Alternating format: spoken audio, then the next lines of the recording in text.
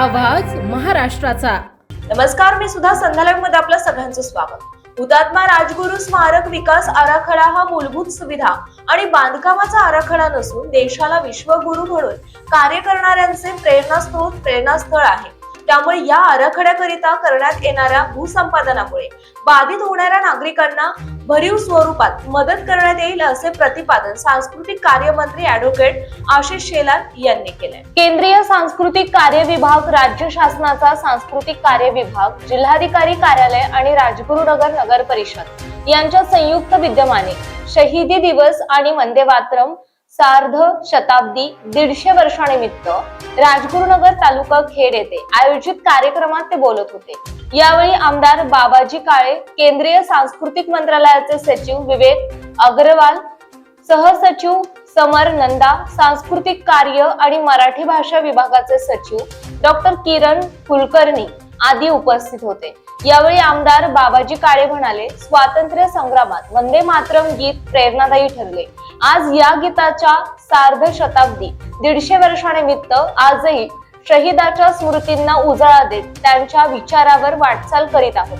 हुतात्मा राजगुरू स्मारक विकास आराखड्याकरिता भूसंपादन आणि त्या माध्यमातून होणाऱ्या बाधित नागरिकांच्या घराचा प्रश्न सोडवावा। तसेच श्री क्षेत्र भीमाशंकर देवस्थान विकास आराखड्याच्या अनुषंगाने आमदार काळे यांनी सूचना केली। बाबासाहेब आंबेडकरांपर्यंत या जगाला आणि देशाला प्रेरणा देणारे नेतृत्व, कर्तृत्व आणि महापुरुष याची भूमी आहे माझा महाराष्ट्र। या ठिकाणी बाहेर प्रदर्शनी लावली आहे, जरूर बघा। भगतसिंग, राजगुरू, सुखदेव यांना शहीदी मिळाली, बलिदान दिलं त्यांनी। देशभरामध्ये आपण हा बलिदान दिवस, शहीदी दिवस, शहीद दिवस म्हणून, आणि त्या वाक्यामध्ये असं म्हटलंय की मृत्यू, बलिदान हे क्रांतिकारकांचं अंतिम स्थान आहेच। मृत्यू आणि बलिदान हे क्रांतिकारकांचं अंतिम स्थान आहे, कारण कुर्बानीशिवाय आमच्या हेतूवर पोचताच येऊ शकत नाही। आणि म्हणून आपल्या स्वतःला देशासाठी वाहून घेणं, देशासाठी खपणं, हे जितकं बोलणं सोपं आहे, प्रत्यक्षामध्ये ते करून दाखवण्याचं काम, ती शहीदी, तो बलिदान या आमच्या हुतात्म्यांनी दिलं आहे। आणि हा पूर्ण सप्ताह त्या निमित्ताने त्यांच्या अमरत्वाची कहाणी लोकांपर्यंत पोहोचवली आहे। केंद्रीय सरकारचं, माननीय मोदीजींच्या सरकारचं मी विशेष धन्यवाद द्यावे की तोय वंदे मातरम, ज्या वंदे मातरम या गीतामध्ये काय ताकद होती, तर त्यावेळेच्या जगावर अधिराज्य करणाऱ्या इंग्रजांना सुद्धा पळो करण्याची ताकद ही त्या वंदे मातरम मध्ये होती। त्यावेळेचं ते ब्रिटिश सरकार, क्राउन, जगभरामध्ये असलेली त्यांची वास्तववादी भांडवलशाही आणि त्यांची हुकुमशाही, या सगळ्याच्या विरोधात लढा देताना स्वातंत्र्य सैनिक आणि क्रांतिकारक यांचं योगदान हा देश कधीच विसरू शकत नाही। आणि या सगळ्याची प्रेरणा काय होती? घोषणेमध्ये सुद्धा वंदे मातरम, गीतामध्ये सुद्धा वंदे मातरम, आंदोलनामध्ये सुद्धा वंदे मातरम आणि सत्याग्रहामध्ये सुद्धा वंदे मातरम शब्द त्यावेळेच्या ब्रिटिशांना सुरुवातीला असं वाटले गीत आहे, कविता आहे, टागोरांनी त्याला चाल दिली, बंकिमचंद्राने ते लिहिलं, आनंदमठचा भाग आहे, पण ते तेवढ्यावर सीमित राहिलं नाही। लाखो तरुणांना, लाखो युवक युवतींना, संपूर्ण देशाला, वरिष्ठ नागरिक, माता, भगिनी, महिला, शेतकरी, कर्मचारी, कष्टकरी, श्रमिक या सगळ्यांच्या मनामध्ये देशासाठी लागेल ते आम्ही देऊ, स्वतःला सुद्धा अर्पण करू, ही प्रेरणा वंदे मातरम गीताने आहे। आणि म्हणून ते प्रेरणा गीत आहे, आमचं राष्ट्रीय गीत आहे, त्याला 150 वर्ष पूर्ण. असं म्हटलं जातं की जो समाज आपला पूर्व इतिहास विसरतो तो नवीन इतिहास घडवूच शकत नाही. आणि आपल्याकडे इतिहास, पूर्व इतिहास इतका प्रेरणादायी आहे. या वंदे मातरमच्या गीताने या सर्व बलिदान करणाऱ्या, शहीदी देणाऱ्या, आपल्या देशासाठी झटणाऱ्या क्रांतिकारक, स्वातंत्र्यवीर सर्वांचं योगदान आठवण करणं हे केवळ आपलं कर्तव्य म्हणून नाही, कर्तव्य तर आहेच, पण यापुढचं या देशासाठी जे कर्तृत्व करायचं आपल्याला त्याचं प्रेरणा देणार आहे. आणि म्हणून आजचा कार्यक्रम अतिशय महत्त्वाचा आहे.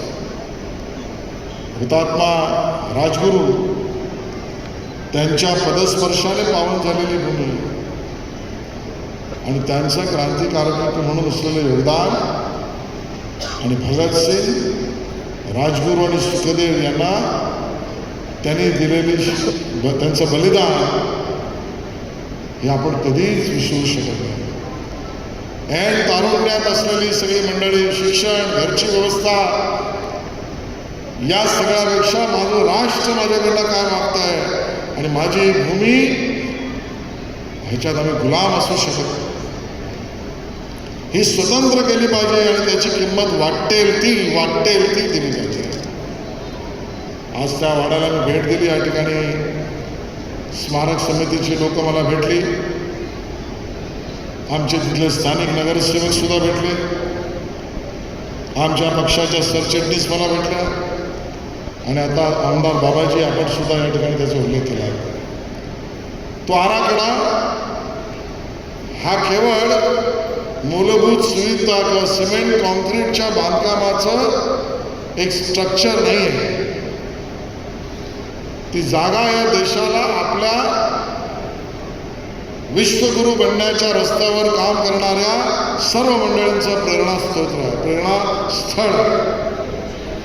आणि म्हणून काल सुद्धा या विषयावर मी सभागृहामध्ये निवेदन केलं आणि त्यात म्हटलं की त्या ठिकाणच्या असलेल्या ॲक्विजिशनची, भूसंपादन आणि जमीन संपादनाच्या बाबतीतल्या ज्या अडीअडचणी आहेत तिथली काही लोकही मला त्या ठिकाणी भेटले. त्यांनी सुद्धा निवेदन मला दिलं. ज्या आजूबाजूच्या इंगल्याचे घराचे मालक मंडळी असतील, मी आज या ठिकाणी सांगतो की त्या पद्धतीने जो कायद्यात अभिप्रेत आहे तो तर मिळेलच, पण ते सोडून जे व्हायटल पब्लिक किंवा नॅशनल प्रोजेक्ट म्हणून आवश्यक आहे त्याच्यावरचं सुद्धा त्या आमच्या सहकार्याला मिळेल आणि मगच त्याच्याबरोबर तो आराखडा अतिशय भव्य त्या ठिकाणी आपण करणार आहे. आणि म्हणून भीमाशंकरचा आपण उल्लेख केला. खरं तर राजगुरू नगर आणि या परिसरातील खेडमधल्या नागरिकांनी आपण तर धन्यवाद व्यक्त केलेच आहे. माननीय मोदीजीच्या सरकारने नॅशनल हायवेच्या रूपाने नितीन गडकरीजी काम करतात. देवेंद्र फडणवीस, एकनाथ शिंदेजी, सुनेत्राताई पवार या सरकारने सुद्धा भीमाशंकर आराखडा नावातला जो काही आपला प्रस्ताव आहे त्याच्यावर आपण चर्चा करू. याच्या बाबतीत सुद्धा भरीव शिखर समितीची मान्यता आणि भरीव त्या ठिकाणी तरतूद हे आपण करतो आणि त्याबरोबर अन्य कामही त्या ठिकाणी करूच. पण माझ्या दृष्टीने हा राजकीय विषय नाही. ही भूमीच आम्हाला प्रेरणा देत होती, ही पावन भूमी. आणि म्हणून आजच्या या शहीद दिवसाच्या निमित्ताने कार्यक्रमामध्ये वंदे मातरमचे 150 वर्ष यामध्ये महाराष्ट्र सरकारने सुद्धा 358 तालुक्यांमध्ये कौशल्य विकास विभाग आणि सांस्कृतिक विकास विभाग म्हणून आम्ही प्रत्येक तालुक्यामध्ये सामूहिक वंदे मातरम गायन आणि सांस्कृतिक कार्यक्रमाचं नियोजन केलं, सुरुवात सुद्धा केलेली आहे. या पद्धतीने संध्या लाईव्ह साठी नाजिम इनामदार. ताज्या आणि महत्त्वपूर्ण बातम्या पाहण्यासाठी आजच आमच्या संध्या लाईव्ह न्यूज चॅनलला यूट्यूबवर सबस्क्राईब करा आणि बेल आयकॉन प्रेस करा.